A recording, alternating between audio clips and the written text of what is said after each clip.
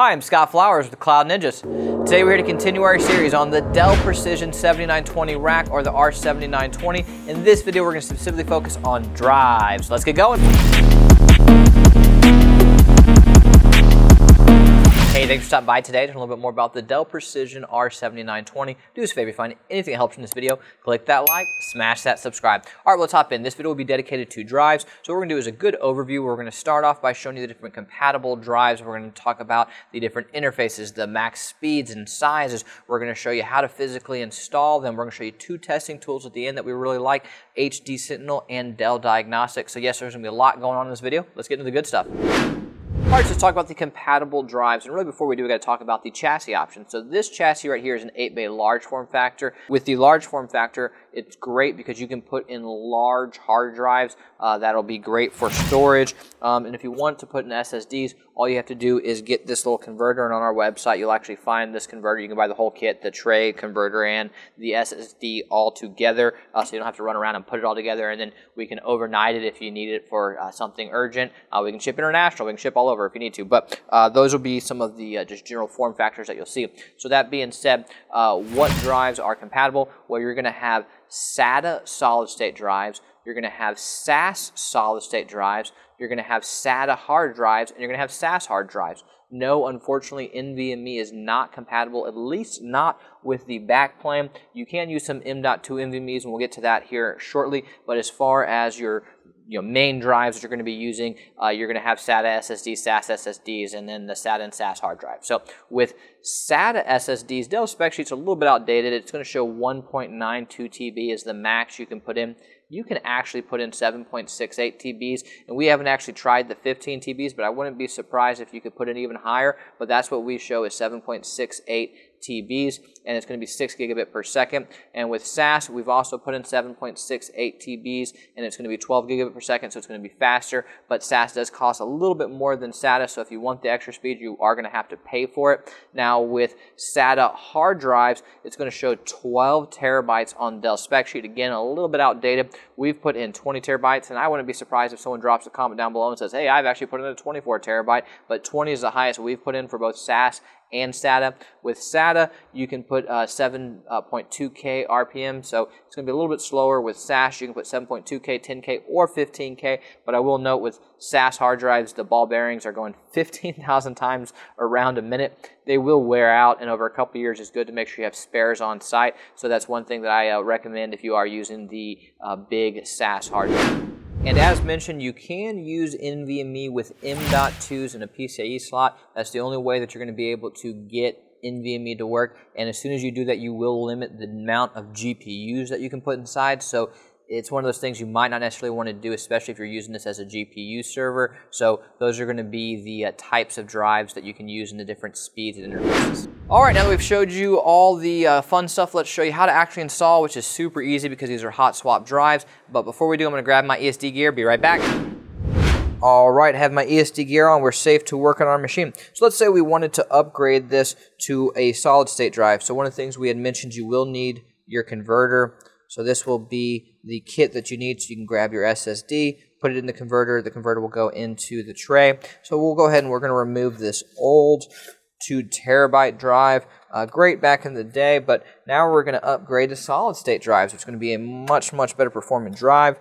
So we're just going to go ahead and slide this in, and look how easy this is. You just push it in, and you're done. That's how easy it is to install.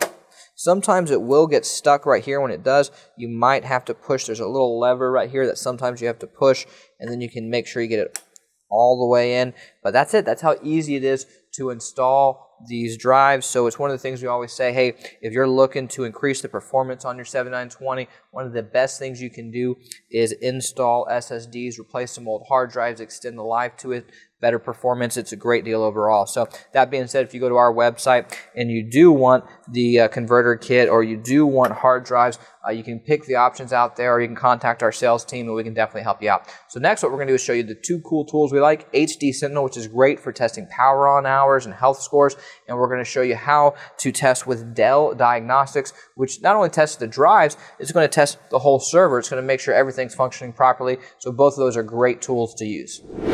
Hey guys, today I'm going to be showing you guys how to test your hard drives and solid state drives with Dell Diagnostics and HD Sentinel.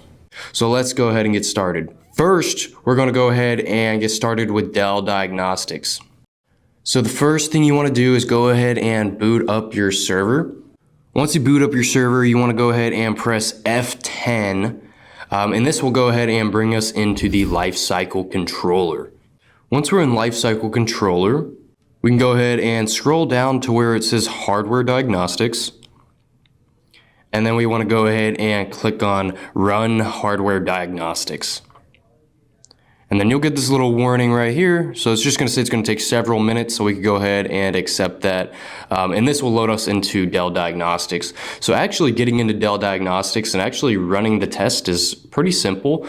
So we're just going to let these tests run, and these tests can take several minutes up to several hours. So go ahead and just wait this out. If you're familiar with 12th gen and 13th gen Dell PowerEdge servers, you'll notice that this looks very, very different.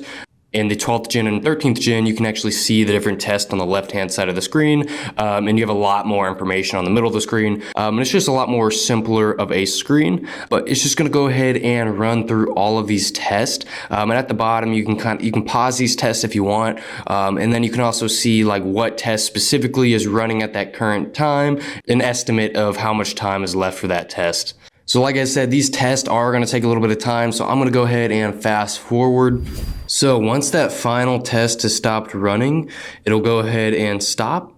And then we will get a message that pops up on the screen that says success. So this means all of our tests have passed.